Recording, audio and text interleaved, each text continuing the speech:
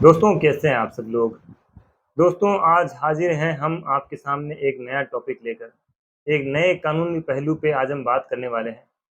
देखिए, अगर आपको संपत्ति का बंटवारा करना है, अगर आपकी प्रॉपर्टी है और आपको संपत्ति का बंटवारा करना है तो वसीयत सबसे बेस्ट होती है कि आप वसीयत करके जाएंगे तो आपके जीवित रहते और आपके मरने के बाद आपको ये चिंता करने की ज़रूरत नहीं है कि मेरे जाने के बाद में मेरी जो प्रॉपर्टी है उसमें मेरे बेटे और मेरी बेटी या जो आपके उत्तराधिकारी हैं उनका बंटवारा किस तरह से किया जाएगा।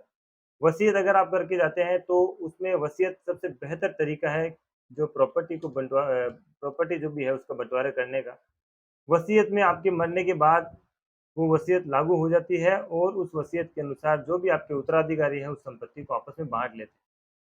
लेकिन मान लीजिए आपने वसीयत नहीं की और मृत्यु हो जाती है आपकी, तो फिर उसके बाद उस प्रॉपर्टी का क्या होगा? उस प्रॉपर्टी पे किसका हक होगा? उस प्रॉपर्टी पे सिर्फ़ बेटों का हक होगा या बेटी का हक होगा? या आपके जैसे मरने के बाद में कोई और भी ऐसे कोई रिश्ते हैं, जिसका आपकी प्रॉपर्टी पे आपके मरने के बाद हक होगा अगर आपने वसीयत नहीं की उनके साथ में तो? तो फिर ये क्या मसला है पूरा बहुत कन्फ्यूज़न वाली चीज़ें हैं।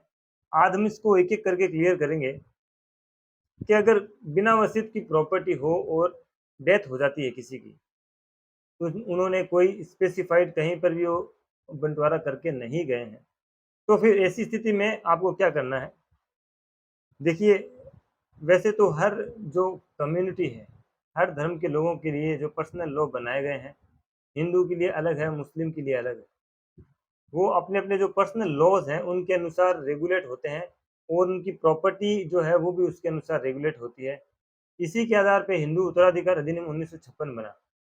इस अधिनियम में हिंदू व्यक्ति की जो प्रॉपर्टी है, उसका जीते जी किसका अधिकार होगा, कितना अधिकार होगा और मरने के बाद में उसकी प्रॉपर्टी पे उसके अधिकार उत्तराधिकारी हैं, उनका कितना अधिकार होगा।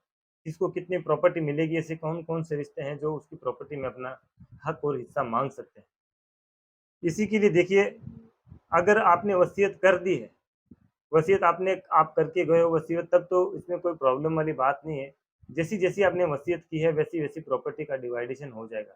लेकिन आपने वसीयत नहीं की और मृत्यु हो जाती है किसी की, तो फिर ऐसी स्थिति में आपको इस अधिनियम में बताया गया है कि क्लास 1 में कुछ रिश्ते आते हैं, जैसे कि बेटा, बेटी, आपकी जो वाइफ़ है विधवा और आपकी माँ और आपके पूर्ववर्ती बेटे का बेटा या बेटी जो भी है, वो उसमें आएगा। ये क्लास 1 की श्रेणी में आते हैं। आपके मरते ही, आपके मरने के तुरंत बाद में आपकी प्रॉपर्टी का जो हिस्सा है, वो इन सब लोगों में बराबर-बराबर बाँट दिया जाएगा।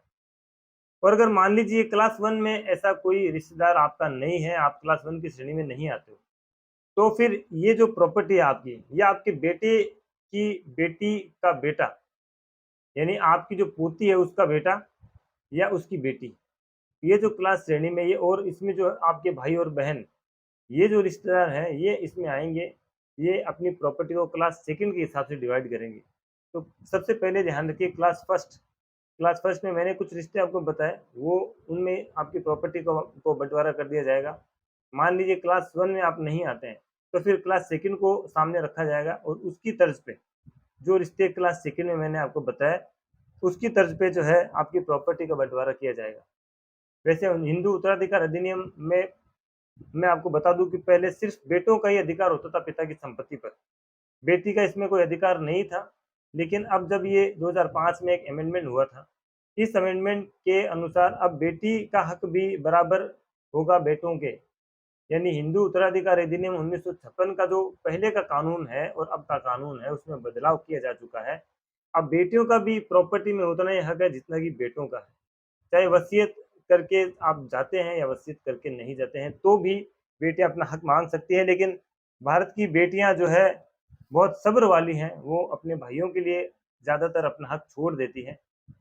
वो ये सोचती हैं कि मेरी तो अब शादी हो चुकी है और मेरे हिस्से में जो है, वो मेरे पति का जो भी मुझे मिला है, वो मेरे लिए सफ़िशिएंट है। कई बार हमने देखा है कि कई बहनों के द्वारा भाइयों के लिए अपना हक छोड़ दिया जाता है। लेकिन बता दूँ मैं उनको कि कानून में उनको पूरा-पूरा बराबर का अधिकार है। अगर वो छोड़ना नहीं चाहें, अपना हक लेना चाहें तो यकीनन वो अपना हक ले सकते हैं। तो दोस्तों उम्मीद करता हूँ कि ये जो प्रॉपर्टी से रिलेटेड जो कन्फ्यूज़न आपके दिमाग में था कि पिता की प्रॉपर्टी को किस तरह से डिवाइड किया जाता है, कितनी प्रॉपर्टी किसके हिस्से में आएगी, इन सब चीज़ों का एक जो है ढाँचा मैंने आपके दिमाग में तैयार कर दिया है, तो आई थिंक ये चीज़ें समझ में आ गई होगी आपको। उसके बाद भी आप हमसे बात करना चाहते हैं अगर, कॉन्टैक्ट करना चाहते हैं तो मैंने स्क्रीन पे नंबर मैंने आपको दे दिए हैं, वहाँ से आप हमसे कॉन्टैक्ट कर सकते हैं। और वीडियो अगर आप हमारा पहली बार देख रहे हैं तो हमारे चैनल को सब्सक्राइब करना ना भूलें दोस्तों। ऐसी और भी कानूनन जानकारियों से भरी हुई वीडियो हम आपके लिए लेकर आते हैं। ऐसे टॉपिक नए-नए हम आपके लिए हमेशा लेकर आते हैं और आते रहेंगे इंशाल्लाह। तो बने रहिए दोस्तों हमारे साथ में। तब तक ख़्याल रखिए, सुरक्षित रहिए। जय हिंद।